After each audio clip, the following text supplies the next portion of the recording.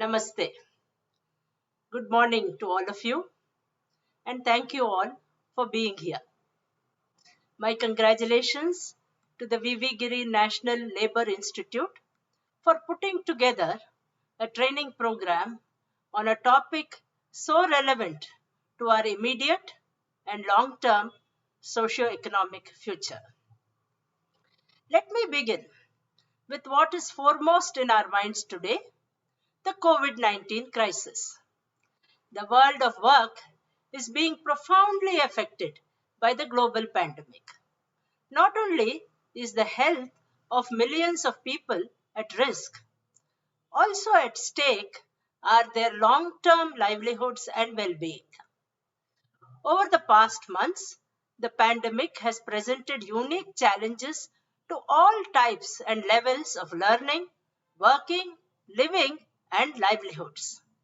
All nations are scrambling to find innovative solutions to get their economies back on track. For an emerging economy like India, we are not just coping with economic crises and a large unorganized sector, but we have had to adapt to new ways of working, a gig economy, freelancing, technological acceleration.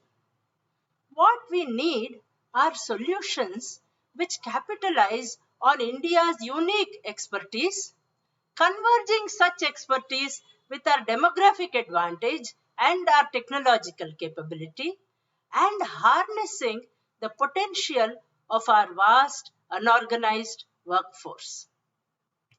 In today's session, I will present the creative economy as one such feasible and accomplishable solution. What is creative economy? A creative economy is based on people's use of their creative imagination to increase an idea's value. John Hawkins developed this concept in 2001 to describe economic systems where value is based on novel, imaginative qualities rather than the traditional resources of land, labor, and capital. Compared to creative industries, which are limited to specific sectors, the term creative economy is used to describe creativity throughout the whole economy. Creative economy has become a powerful transformative force in the world today. Its potential for development is vast and waiting to be unlocked. It is one of the most rapidly growing sectors of the world economy, not just in terms of income generation, but also for job creation and export earnings. But this is not all that there is to it. A much greater proportion of the world's intellectual and creative resources are now being invested in culture-based industries whose largely intangible outputs are as real and considerable as those of other industries. Indirectly, culture increasingly underpins the ways in which people everywhere understand the world, see their place in it, affirm their human rights, and forge productive relationships with others. Human creativity and innovation at both the individual and the group level are key drivers of these industries and have become the true wealth of nations in the 21st century. Therefore, creative economy is organic to a region or a nation's geography and culture. Where does India stand in the creative economy landscape of the world? To be able to map this accurately, we need to understand that the Indian creative economy is distinct with its own particular characteristics. The Indian creative economy seems to mirror the exceptional characteristics of the national economy in several ways. First, India's development trajectory has differed from the standard model of economic development as a transition from primary to secondary to tertiary sector-led growth. India demonstrates a leapfrog transition from an agrarian economy to a services economy with a significant IT and ITES sector, bypassing the middle step of large-scale manufacturing growth. Second, in addition to the modern IT and ITES sectors, a whole host of creative occupations which were earlier classified under the heritage, culture, or cottage industries umbrella, in particular India's rich handlooms and handicrafts, which are high skill but low productivity sectors, also form part of the creative economy and hence need a very different policy address. Nomenclatures such as village industries carry meaning and have historically impacted policy decisions in India.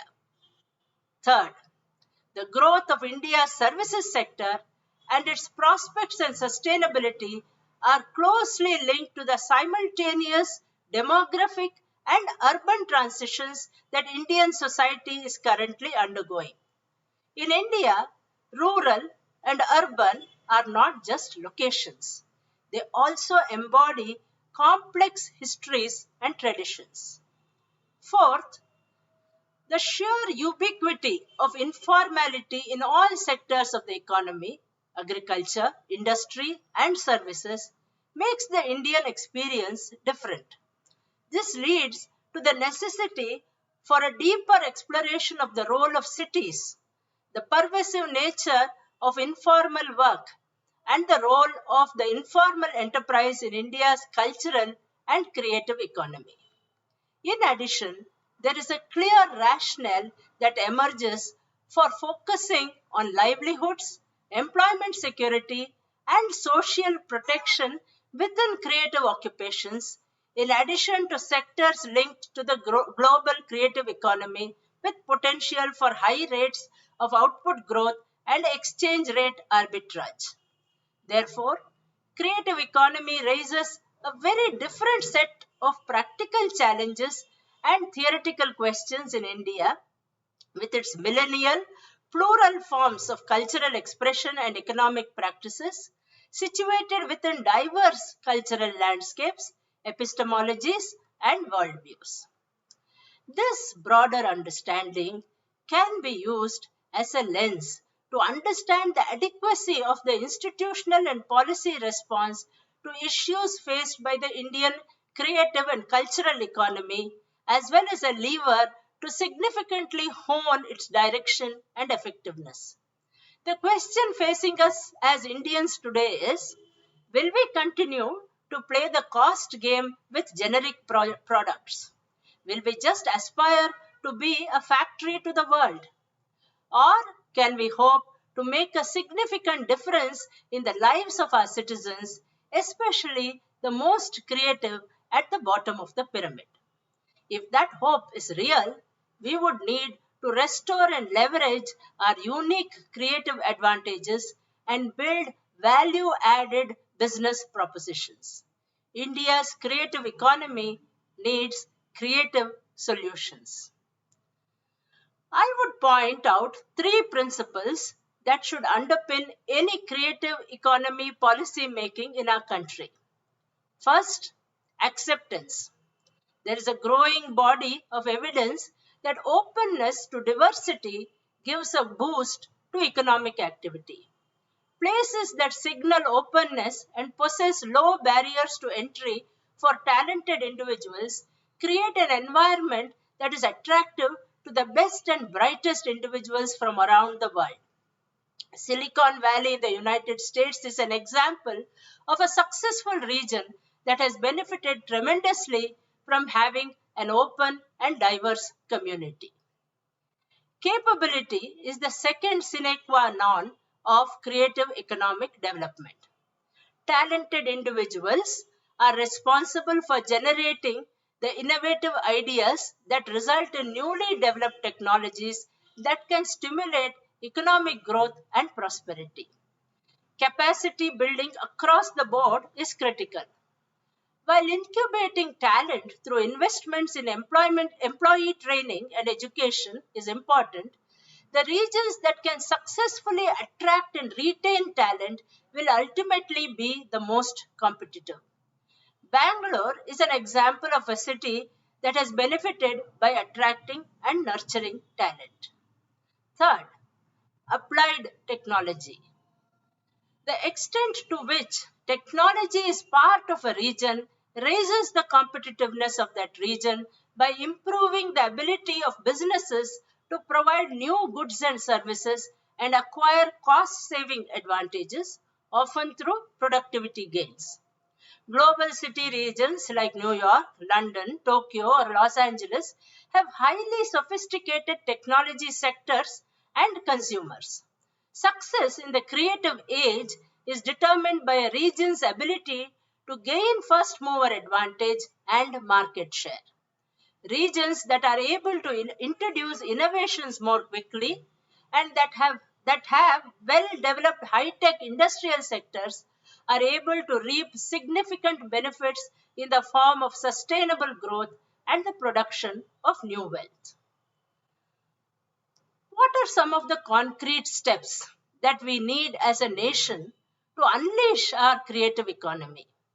I will detail just three initiatives, one each by the government, the private sector, and by society. First, regulatory reform in the creative economy. This includes rationalizing the multiplicity of regulators, leading to lack of clarity on regulatory jurisdictions, the need to effectively implement the Indian Copyright Act, which governs creation, broadcasting, and monetization of content, and finally, a rethink on whether the 20th century mode of administered pricing for content produced in the private sector for sale in the open market can still work in the 21st century. A creative economy policy is to be developed consultatively with stakeholders. This is the responsibility of government. Second, the corporate sector carries its own set of responsibilities to bridge the gap between our heritage cottage industries and modern technology solutions. The digital world has the potential to re-energize the craft industry, giving scale and profile to individual artisans whose markets were previously limited to their immediate neighborhood and allowing people with limited literacy skills to communicate using voice and image. Digital technology is already removing layers of middlemen, bringing artisans closer to their end customers and increasing their incomes. E-commerce in India is leapfrogging to mobile first and mobile only platforms. Societies like the Industry Foundation have developed e-commerce storefronts for creative manufacturing enterprises run by women. Brands like Oroville have created unique antiseptic and antioxidant bath bars from the indigo plant, providing an inspiration for many others to follow in their footsteps. By bringing together the SMEs and the micro business sector of India with the artisanal sector, it is possible to form creative manufacturing businesses, both SMEs and micros, that bring the benefits of appropriate scale to what is currently individual, home-based work that cannot take advantage of modern processes like lean manufacturing to increase productivity. Third, the role of the community or society. It is in our interest to think of ways how we can revive and accelerate the creative economy for commercial reasons as much as patriotic ones. A strong creative economy will not only provide a strong sense of identity to future generations, but also generate employment at the grassroots level. But such a revival requires young entrepreneurs to come forward and reclaim the lost traditions and re-establish some of the missing links.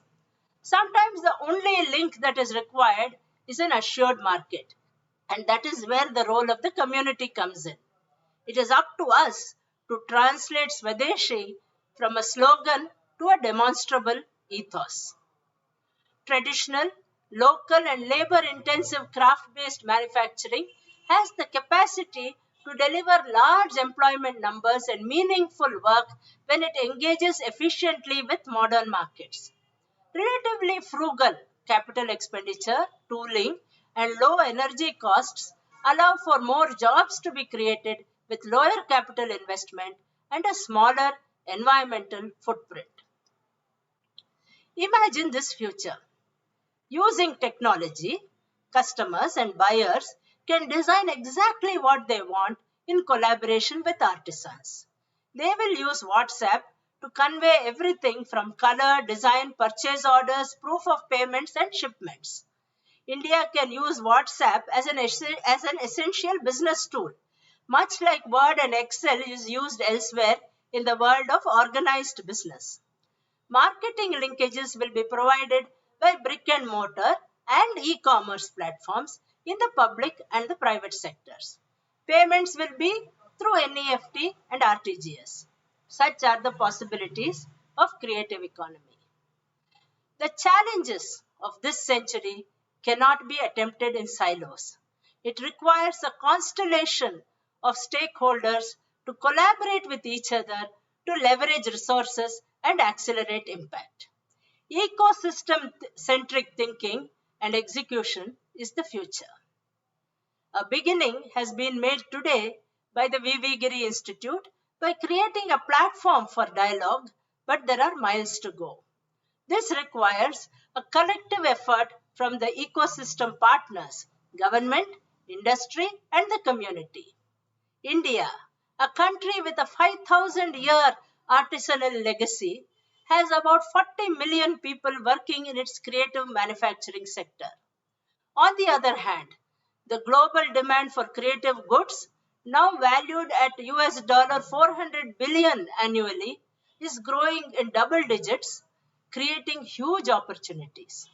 In a hyper competitive world, where quick refresh times are essential for market success, design is the key. Market driven creative manufacturing businesses that bring together business strategy, design thinking, execution, inclusive ownership, and capital can be a decisive force to create employment, ultimately creating a new and gentler capitalism for more purposeful lives. This is the promise of creative economy. Thank you all very much. Good luck and Jai Hind.